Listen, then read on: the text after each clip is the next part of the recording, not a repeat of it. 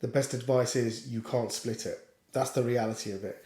There's times in my businesses and ventures that I've done or investments that I've done that I've worked ridiculous hours. And there's times when I haven't had to. But the reality is it's more around you managing that yourself based on the needs of what you're trying to do.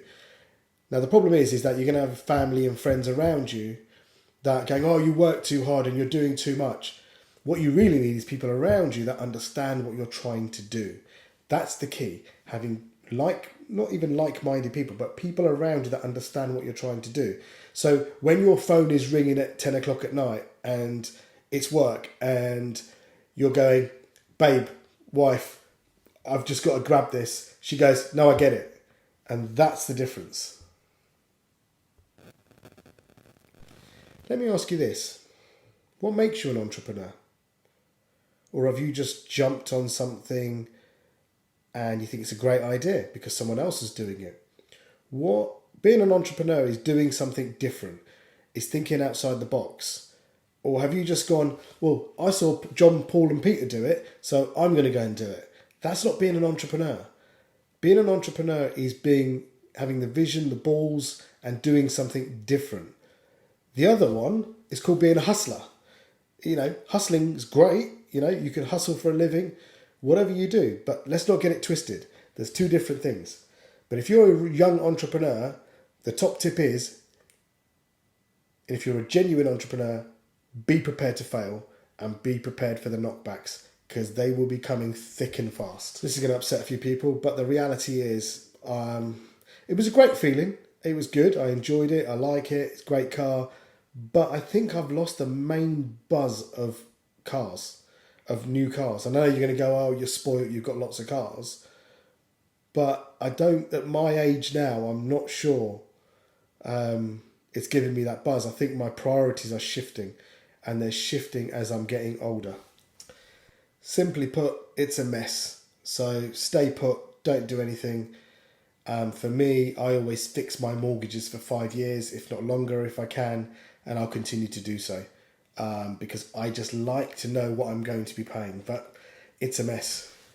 I've always worked on recommendations, and depending on the size of your company, depends on which accountants you should use. And also, it depends on what your long-term plan is with your company. If you're looking to sell your company or you're looking to float your company, whatever you're looking to do, you need to pick your accountants wisely. But for me, it's always been under a recommendation, to be honest. Yeah, of course I have. It happens to everybody. For me, it's get out. Can't be doing it because it gets negative, and then you don't like what you're doing and you begrudge going into work and then you begrudge people around you. And do you know something? Best thing to do, fresh start and new outlook, new environment, new horizon, and just start again, start fresh and have a good mindset around it. It's an interesting question. For me, it's when you stop coping, when you're bogged down, you can't cope, you can't plan, you can't do what you're good at. Sometimes people forget that, how you started is great, and when you grow, you need people to support you. Even if it's, admin work, that can take that burden away from you, even on a part-time basis. It will allow you to have more time yourself to do more stuff in your business. So really, it's when you're at capacity, it's time to let go. Now, it doesn't always mean it has to be a full-time person. Sometimes a part-time person will just help enough at the beginning. And then you'll realise, why didn't I have that person there from the beginning? But the trick is when you're maxed out, it's time to employ someone. So this week not being so well has knocked me for six. Motivation, self-doubt, you start thinking about what you're doing and it's good and bad and whatever. So, you just need to sort of shake it all off. One thing is for sure, doesn't matter how many cars you've got on the driveway.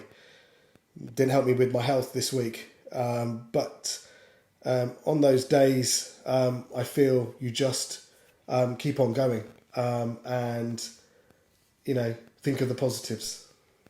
Personally, I'm holding back on everything. I'm not buying anything, selling anything.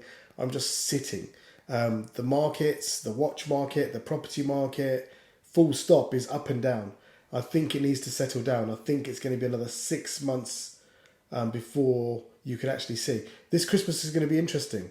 How the companies respond is going to be interesting. So for me, in any investments right now, if you've got money, I would just wait.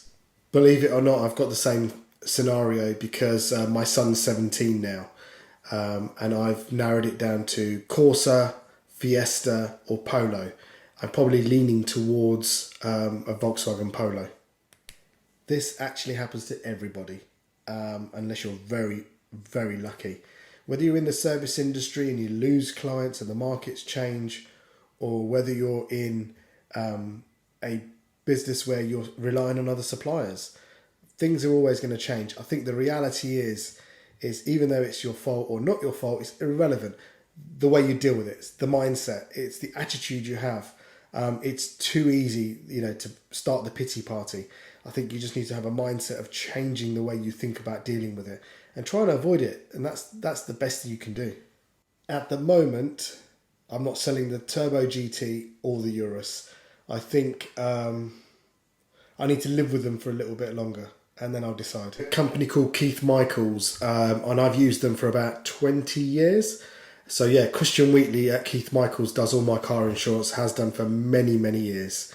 And they're a great company, great guys, never had an issue whatsoever, and always on market price.